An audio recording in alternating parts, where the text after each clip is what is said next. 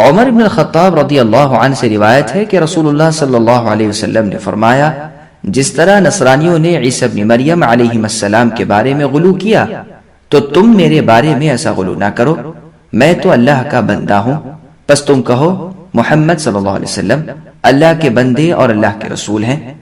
یہ حدیث صحیح ہے، دیکھیے صحیح بخاری حدیث رقم 3445۔ سامعین، اب اس حدیث سے ثابت ہونے والے چند مسائل سماعت کریں۔ پہلا مسئلہ، دین اسلام میں غلو کرنا اور رسول اللہ صلی اللہ علیہ وسلم کی شان بڑھانے کے لیے غیر شرعی تجاوز، مبالغہ اور زیادتی کرنا جائز نہیں ہے، اور اسی طرح آپ کی شان گھٹانا بھی حرام اور کفر ہے۔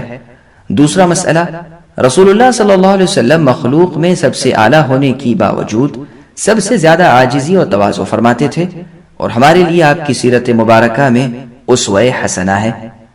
تیسرا مسئلہ، بعض لوگ نبی صلی اللہ علیہ وسلم کی شان میں غلو کرتے ہوئے آپ کو مشکل کشا، حاجت روا، مختار کل اور کل ما کان وما یکون کا علم غیب جاننے والا کہتے ہیں، اور یہ تمام امور مذکورہ حدیث و دیگر دلائل کی روح سے ممنوع و حرام ہیں۔ انس بن مالک رضی اللہ عنہ سے روایت ہے کہ نبی صلی اللہ علیہ وسلم کے پاس ایک عورت آئی تو کہا، مجھے آپ سے ایک کام ہے، تو رسول اللہ نے فرمایا، مدینے کے جس راستے میں چاہو بیٹھ جاؤ، میں تمہاری بات سننے کے لیے تمہارے پاس بیٹھ جاؤں گا۔ یہ حدیث صحیح ہے، دیکھیے سنن نبی داؤد حدیث رقم 4818۔ سامعین، اب اس حدیث سے ثابت ہونے والے چند مسائل سماعت کریں۔ پہلا مسئلہ، رسول اللہ صلی اللہ علیہ وسلم عام مسلمانوں کے ساتھ گھل مل کر رہتے تھے، اور کاش کے صحیح العقیدہ مسلمان حکمرانوں میں بھی ایسی صفات ہوتی۔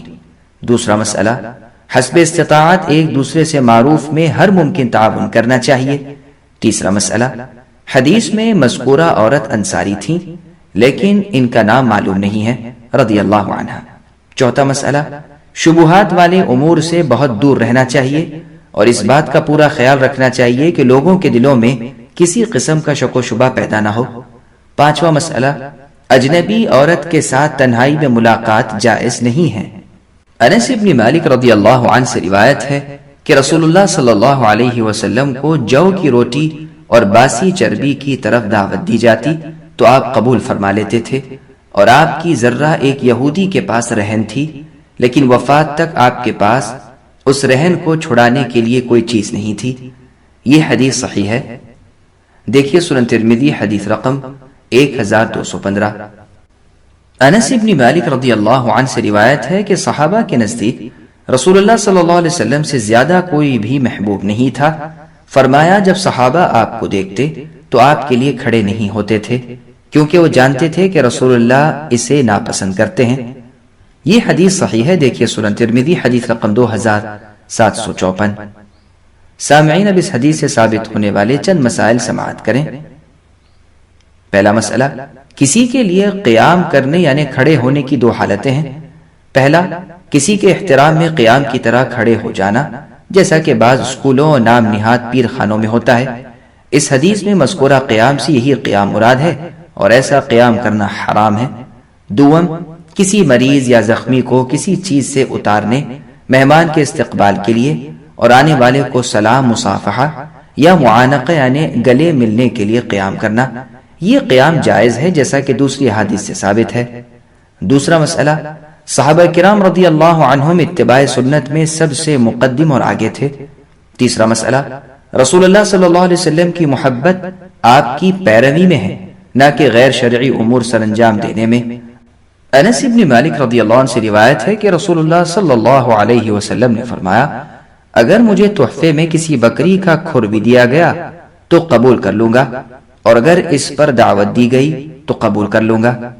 یہ حدیث صحیح ہے، دیکھیے سنن ترمذی حدیث رقم 1338۔ سامعین، اب اس حدیث سے ثابت ہونے والے چند مسائل سماعت کریں۔